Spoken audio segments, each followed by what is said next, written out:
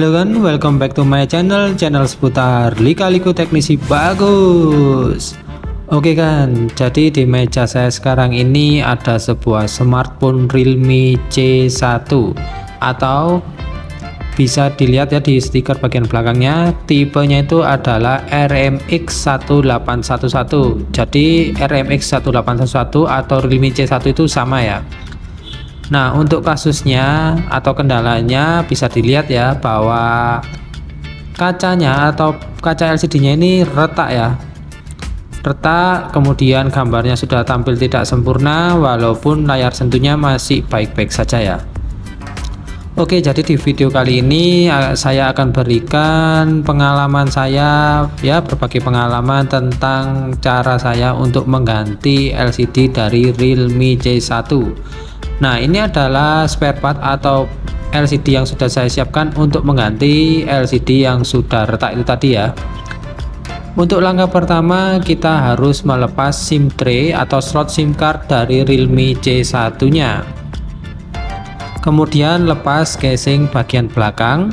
Untuk melepas casing bagian belakang bisa menggunakan bantuan kuku, jika punya kuku yang agak panjang itu bisa ya, atau juga bisa menggunakan bantuan opening tool ya. Opening toolnya cari yang berbahan plastik agar tidak merusak casing bagian belakang. Nah, casing bagian belakang sudah terlepas, kemudian kita akan menemukan beberapa baut yang mengunci casing penutup mesin. Ya betul ya, casing penutup mesin. Itu kita buka dulu bautnya hingga semua bautnya terlepas. Nah, untuk bautnya seperti biasa ya, Android pasti menggunakan baut bermata plus atau bermata Philips ya. Jadi bahasa kerennya itu mata Philips ya. Untuk obengnya saya menggunakan obeng bermata Philips atau bermata plus dengan ukuran 1,5 x 25 mm. Nah, ini semua baut sudah saya kumpulkan, kemudian saya angkat casing penutup mesinnya atau pelindung mesin ya, casing pelindung mesin.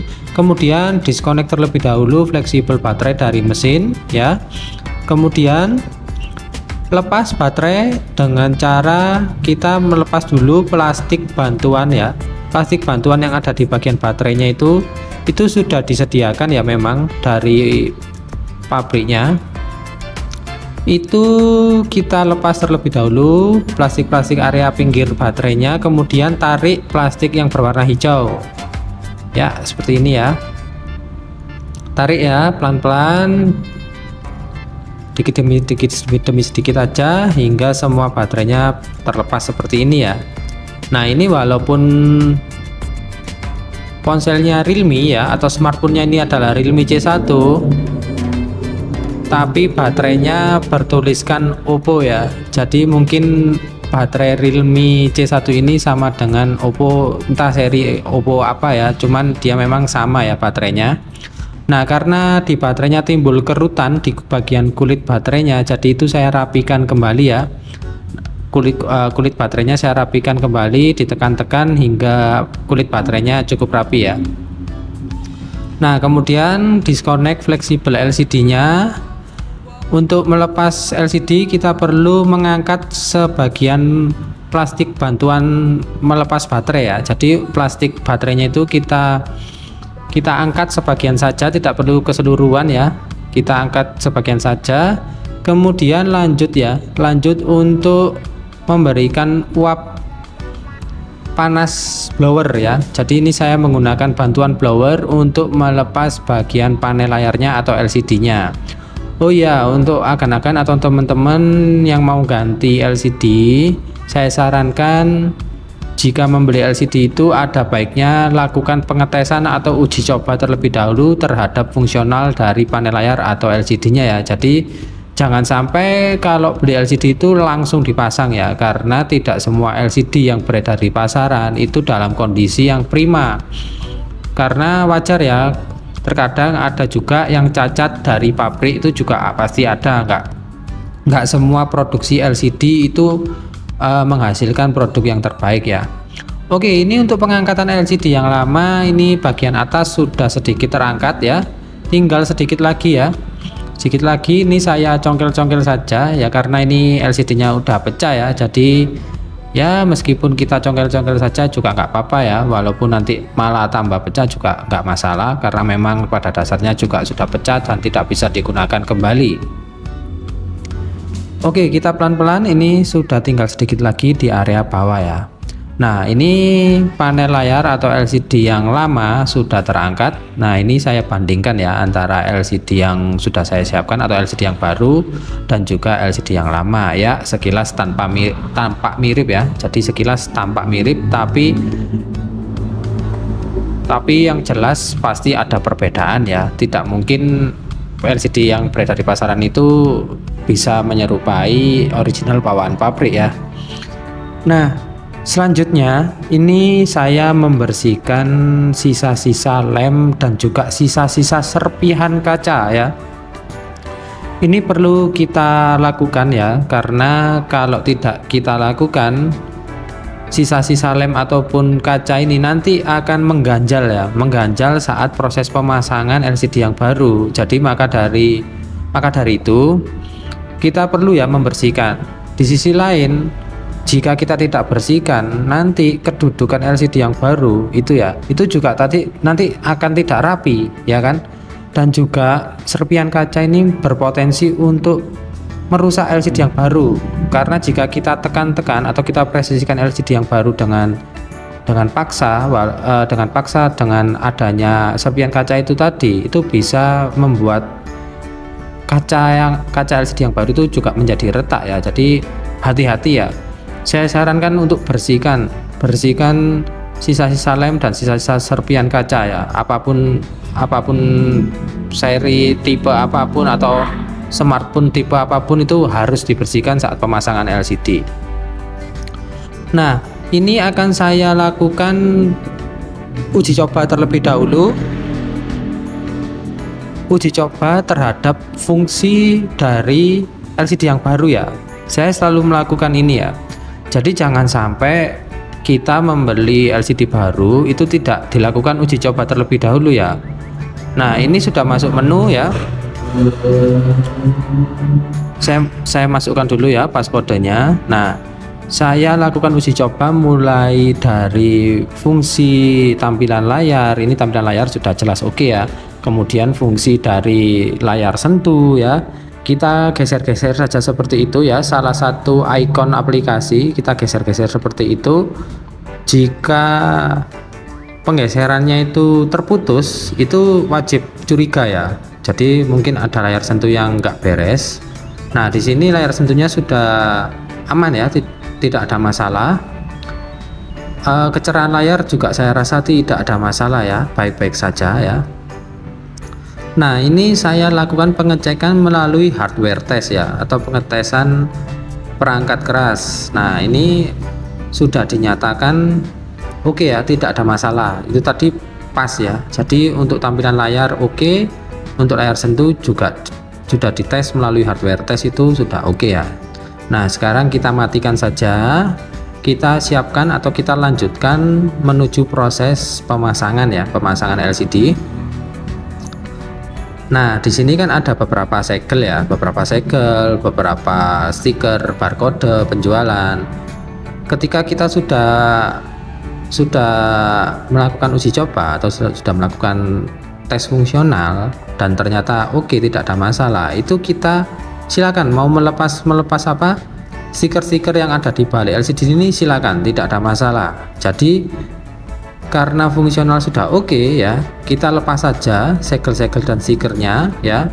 Karena melepas stiker dan segel ini berarti kita sudah menghanguskan garansi ya dari toko penjual partnya. Jadi kalau kita sudah lepas seperti ini segelnya, ya udah tidak ada garansi ya, tidak bisa diretur ya LCD-nya. Jadi maka dari itu kalau kita ganti LCD itu kita sudah harus yakin dengan fungsionalnya ya. Bahkan saya juga pernah mengalami, sudah saya tes fungsionalnya, sudah yakin, sudah oke. Ternyata saat saya lepas segel dan kemudian saya pasang, ternyata pas dipasang sudah dilem, ternyata LCD-nya ngeblank atau fungsional dari layar sentuhnya itu ternyata ada yang nggak bisa. Itu sering terjadi ya, sering terjadi dan sering saya alami ya. Walaupun itu sudah dites sebelumnya ya memang terkadang ya itulah, kalau lagi apes ya seperti itu ya. Jadi kita itu harus pandai-pandai untuk apa ya, istilahnya kalau ke user atau ke customer itu kita jangan tarik terlalu murah juga ya. Kita harus jaga harga servisan HP itu, kita harus jaga karena itu juga untuk menjaga kita sendiri ya. Jadi jangan sampai kita ini terlalu murah malah nanti kita malah rugi ya gitu ya. Pokoknya kita harus hati-hati ya dalam proses perbaikan apapun, itu kita harus hati-hati. Nah, ini LCD sudah saya pasang, sudah saya presisikan ya. Untuk memasang LCD-nya tadi saya menambahkan lem T7000 di sekeliling area frame atau casing ya, casing tengah dari Realme C1-nya.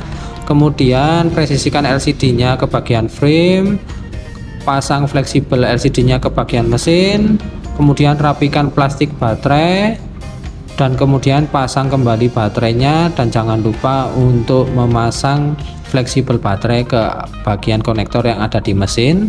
Kemudian tutup kembali casing pelindung mesinnya ya, dan baut dengan beberapa baut yang sudah dilepas di awal tadi ya. Untuk baut sudah saya jelaskan secara detail di awal.